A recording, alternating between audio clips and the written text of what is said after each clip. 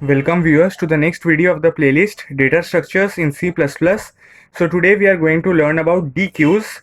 So if you already know queues and stack, then it will be very helpful for you to understand dequeues. So if you haven't watched any video related to stacks or queues, do watch before watching this video. So let's just jump into this video. So we will be understanding dequeues with the help of a real world example. Okay, so suppose there is this queue of people. So what used to happen in the normal queue? In normal queue, people used to, in the ticket counter, people used to take tickets from who were at the first would have got the ticket first, and those people who would have come late would have joined the line late. There was entry at one point and exit only from the other point. Okay, so entry from one point and exit from the opposite point. But what happens in this DQ is that you can entry and exit from both the points. Okay, so if there are four people, which means people can take tickets from both these counters and then simultaneously enter at the first also and enter at first from here also. Okay, so this is the special thing about DQ, that you can entry and exit from the both points, unlike in queues where you used to entry from one point and exit from other, and in stacks you used to entry and exit from the same point when the plates used to be stacked above one another. So you could put a plate on top of other and also remove a plate from the top only. Okay, so this is the good thing about DQs, that you can enter an element from both the points and also delete an element from both the points. So let's see how we can implement DQ with the code. So at the top of your code, you have to always write hashtag include, then within less than and greater than DEQUE. Okay, so what does DEQUE signify? That all the code written in DQ will be included in your code. So this is the use of STL, which is the standard template library, which helps us to enables us to include all the functions in DQ into our code. So now how we will declare the data structure DQ or the container DQ? We will write DEQUE and then whatever data type we want. I want integer, so I'll write int, and then the smaller representation of this DQ will be DQ. Okay, this variable DQ. And if you wanted some other type of data type like char, you could have given char. So our DQ will consist of only integers. If you wanted string, you could have written string. If you wanted boolean, you could have written BOOL. Okay, so now what should we do to push an element inside our DQ? We have to write DQ dot push underscore back and then an element. Let's say we will enter 5 over here.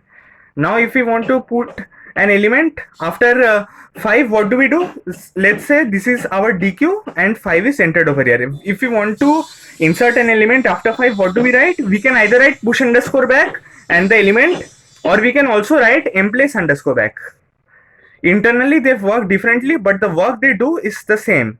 So what we will do, we will enter 6 over here. Okay, now if we want to push something at the front, what we will do, we will write DQ dot push underscore front. So in the front, if I push 3, what will be the DQ looking like? 3, 5 and 6. And if I want to push in another way, what I can do, I can write DQ dot emplace underscore front. Okay, emplace underscore front. And if I write 1, so these are just random numbers, and these random numbers only constitute this DQ. And if you see, we are entering the DQ from one point and we can also enter from the other point also. So now this DQ will look something like this. Now if we want to remove one element, how do we remove that? We will simply write DQ dot, if we want to remove from the front, we will write pop underscore front. If we want to remove from the back, we will write pop underscore back. Okay, so if I write DQ dot front, DQ dot pop underscore front, and then the function, then what will happen? This one will be removed and our new DQ will be something like this. Okay, so here also, and if we wanted to remove something from the back, we could have written pop underscore back. In that case, 6 would have been removed and not 1. Okay, so now there are two functions which are provided in DQ, which is the same in Q also, which is if we write cout DQ dot front, then we will get 3, and if we write cout DQ dot back and then function, we will get 6. Okay, so in this way we can get hold of the front element and the back element. There is one other way also to get the front element. We can simply write cout dq and then 0. Just like we used to get hold of an element in a string or an array, we can also get hold of an element with this. If we would have written cout dq of 1, the output would have been 5. If we would have written cout dq, and then there is this thing called size function which is also provided. If we would have written dq dot size minus 1, okay, then what would have been the output? What is dq dot size? 3, and 3 minus 1 is 2. So dq, what is the value of the element at index 2? So 0 1 2, the value is 6. So in this way we can get hold of the last element. So the output would have been 6 over here, and dq dot 0 would give the output 3 over here. Okay, so in this way we have learned how to push an element at the back of the queue, how to push an element at the front of the queue, how to remove an element from the front and back of the queue. So in this way we have seen how we can perform different operations. So now let's see how can we print a dq. We can simply print it in the way we had learned in the queue and the stacks.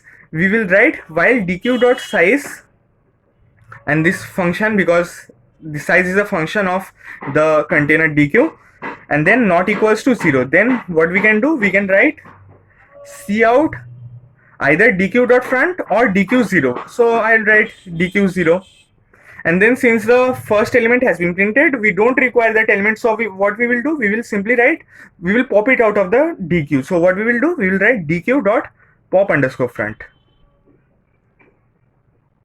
Okay, so in this way all the elements in the dq will be printed, and the size of the dq will keep decreasing because we are popping each element in one iteration. Okay, and when the size will be equals to 0, then this condition will be false, and then the loop will break, because then no element will be left to be printed, and we would have already printed all the elements.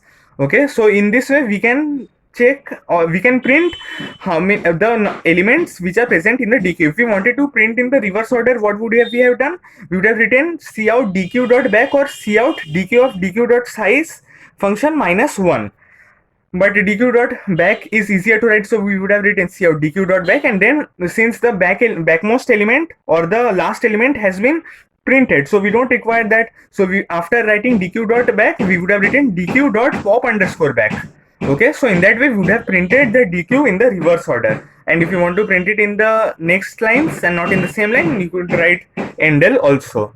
So I hope a lot of things about dq are clear. And just one thing for beginners, you can make a mistake in writing the spelling, so keep note of the spelling also. Like in q we write que and then ue, but here we don't write the extra ue, we write deque. Okay, don't forget to include the header file, and we will write all these stuffs inside the main function. Okay, so I hope all these things about dq is clear. There are many other functions, but these are the most important functions which we can write. You can also print the elements by iterating with the help of a pointer, but this is easy to write code. Okay, and this makes the code look cleaner, so we can use this loop to write our code. So I hope all your doubts are clear. Thanks for watching.